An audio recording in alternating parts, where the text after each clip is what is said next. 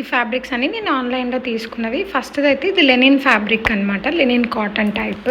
ఇది నేను ఏ line కుర్తీలాగా try చేసి దాని మీద అంటే ఇట్లా multi colour paintings, music symbols ఉంటాయి కదా, అలా నేనే పెయింట్ చేద్దామని తీసుకున్నాను. బట్ టైం పడుతుందిలేండి అది నేను చేయడానికి. లెనిన్ ఇది కొంచెం పల్చగా ఉంది, బట్ ఓకే సరిపోతుంది. కానీ ఒక మరక వచ్చింది. వైట్ ఫ్యాబ్రిక్స్ ఇంతే ఉంటాయి ఆల్మోస్ట్, కొన్నిసార్లు జాగ్రత్త చూసుకొని తీసుకోవాలి.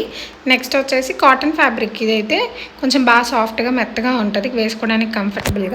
ఇది నేను పింక్ రెడ్ తీసుకున్నాను. యాక్చువల్గా డార్క్ పింక్ అలా ట్రై చేస్తే బాగునేది. ఇలాగా నేను లైట్ గ్రీన్ డార్క్ గ్రీన్ ఉంది కదా, ఆ మోడల్ ట్రై చేయడానికి నేను ఇది తీసుకున్నాను అనమాట. ఫ్యాబ్రిక్ క్వాలిటీ అయితే చాలా బాగుంది, థిక్గా వచ్చింది ఫ్యాబ్రిక్, పల్చగా అలా లేదు, చాలా బాగుంది క్వాలిటీ.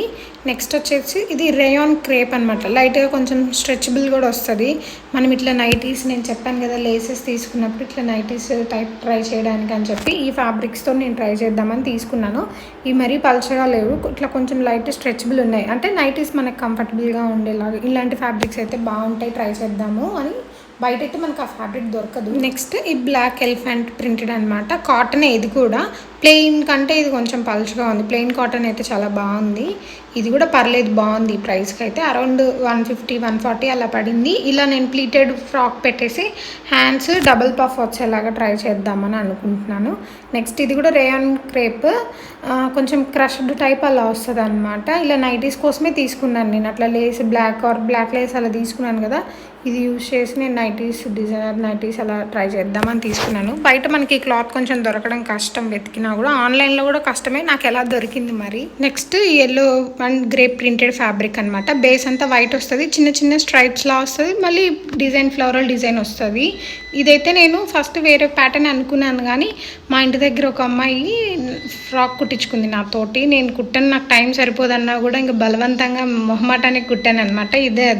ఇది కుట్టిన తర్వాత నాకు అనిపించింది ఇదైతే బాగుంటుంది కదా, అట్లా ఎల్లో అండ్ గ్రే బౌస్ పెట్టేసి.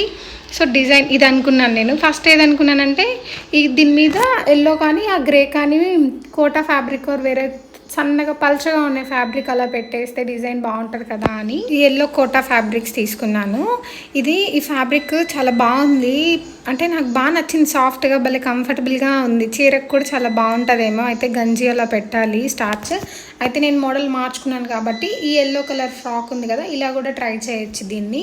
కానీ నేనైతే వేరే మోడల్ అనుకొని తీసుకున్నాను. అంటే ఇప్పుడు ఎల్లోది ప్రింటెడ్ ఉంది కదా, వైట్ ప్రింటెడ్, దాని మీద ఎల్లో ఫ్లోరల్ వచ్చింది కదా, దీని మీదకి ఈ ఎల్లో ఫ్యాబ్రిక్ అనుకొని తీసుకున్నాను. అంటే కోటా ఫ్యాబ్రిక్ ఇలా రెండు కలిపి, అంటే కొంచెం డిజైన్ డిఫరెంట్గా కనిపిస్తుంది కదా మనకి బయట నుంచి, బట్ ఎల్లో థిక్గా ఉందన్నమాట. డిజైన్ అంత పర్ఫెక్ట్ కనిపించట్లేదు. సో నేను ఆ ఫ్రాక్ కూడా నాకు నచ్చింది, పాపకు కుట్టిన ఫ్రాక్. So decision change. ఆ ఫ్రాక్ నేను ట్రై చేస్తాను ఈ ప్రింటెడ్ దాంతో.